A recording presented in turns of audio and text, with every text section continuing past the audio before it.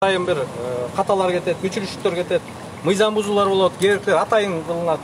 Керектер байкабастан болот, керектер болсо баягы билбестиктен болот. Ар дайым Борбор шайлоо комиссиясы чечим кабыл аларда ушул каталар, партия тарабынан болгон каталар кандай шайлоочулардын чечимине таасир этет деген негизинен кабыл алыш керек да. Мисалы, добуштар сатып алып атышса, туура эмес үгүт иштерин жүргүзүп атышса, каржы фондунан тышкары акча таратылып атса, анда ал түздөн түз шайлоочулардын чечимине таасир эте турган жагдайлар деп эсептелет. Ошондо партияны мисалы шайлоо процессине четтеткенге негиз деп эсептелет.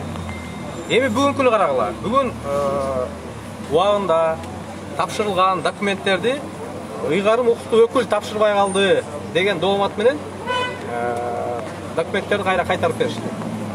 Бүгүн расмий партиянын ыйгарым укуктуу өкүлү келип, биз тастыктайбыз. Мен ишеним катынын негизинде шайлоо штабынын, Кыргызстан партиясынын шайлоо штабынын расмий өкүлү келип тапшырды. Эч кандай партиянын ичинде талаш тартыштар жок дегенден кийин бул болгон гана техникалык мүчүлүштүк деп туруп эсептеп, бүгүн эскертүү берүү менен эле чектелип калганга толук негиз бар болчу да.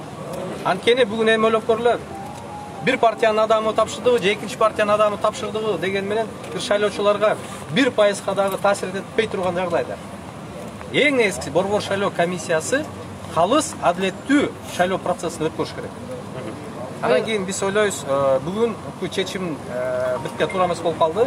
Биз албетте сотко кайрылабыз, соттон адилеттүүлүк издейбиз. Ыйгарым өкүл деген ошо мыйзамды аткарыш керек да. Силер айтып атасыздар, эртең менен Талант Мамытов айтты, бизге кысым көрсөтүп атат деп. Силер бийликчил партия болсоңар, каяктан кысым көрсөтөт? Биз кысым же башка деп айтканыбыз жери жок. Мен расмий партия төрагасы катары айтып атам. Эң негизгиси, дагы бир жолу айтам сизге. Борбор шайлоо комиссиясы мындай талаш тартыш маселелерде ар дайым каталардын же мыйзам бузуулардын шайлоочуларга таасир эте турган деңгээлинен жараша чечим кабыл алыш керек. Башканы мындай чечим кабыл алышына эмне себеп болду деп?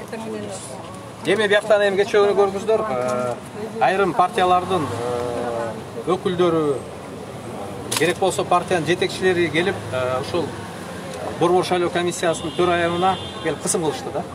Аны бардыңыздар, келип күбө болдуңуздар. Эми аял киши болсо ага келип бир 15-20 эркек келип кысым кылды.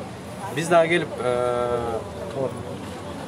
өзүбүздүн позициябызды айтып, өзүбүздүн талабыбызды талаша турган болсок, бул жерде чыр чатак чыкмак. Кыргызстан партиясы бардык нерселерди мыйзам жолунда, саясий маданияттын үстүндө гана чечет деп биз эсептейбиз. Ошол себептен биз кечөө келип, БЗЧуга катышкан жокпуз. Бүгүн расмий келип билдирүүбүздү жазадык. Эми мыйзамдуу жол менен гана биз ишибизди талкалабыз. Кийинки кадамдар кандай? Бул жактан бир жигиттер келди да, маякачы токтошуп. Бул сиздердин тараптан келбеби? Эми ойлоп көргүлө, бир техникалык бир мүчүлүштүктүн арты менен партияны четтетүү аракети болуп атат да. Партияда 100дөн ашык депутатка талапкер, алардын артында, ар бирөөнүн артында жүздөгөн үгүт иштерин жүргүзгөн балдар бар, штабтын кызматкерлери бар, андан тышкары теги тарапташтар бар. Анын артында Кыргызстан партияга добуш беребиз деген 100 000 деген шайлоочуларыбыз бар. Албетте ошончо адамдын укугу бир техникалык ката менен тебеленип атат.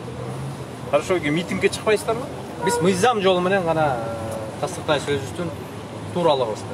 Сиздер канча талапкердин тизмесин бергенсиздер? Борбор шайлоо комиссиясына жалпы. Милүү деп дагы маалыматтар бар. Мына достор, кыскасы азыр Канат Исаев өзү жооп берип атат. Кыскасы баары жакшы болот деген үмүттө болушуп атат Кыргызстан партиясы, бирок азыр бардыгын сот чечет экен, соттошобуз атат. Буюрса жакын арада көрөбүз достор. Эл көп, эл абдан көп. Чоң рахмат достор.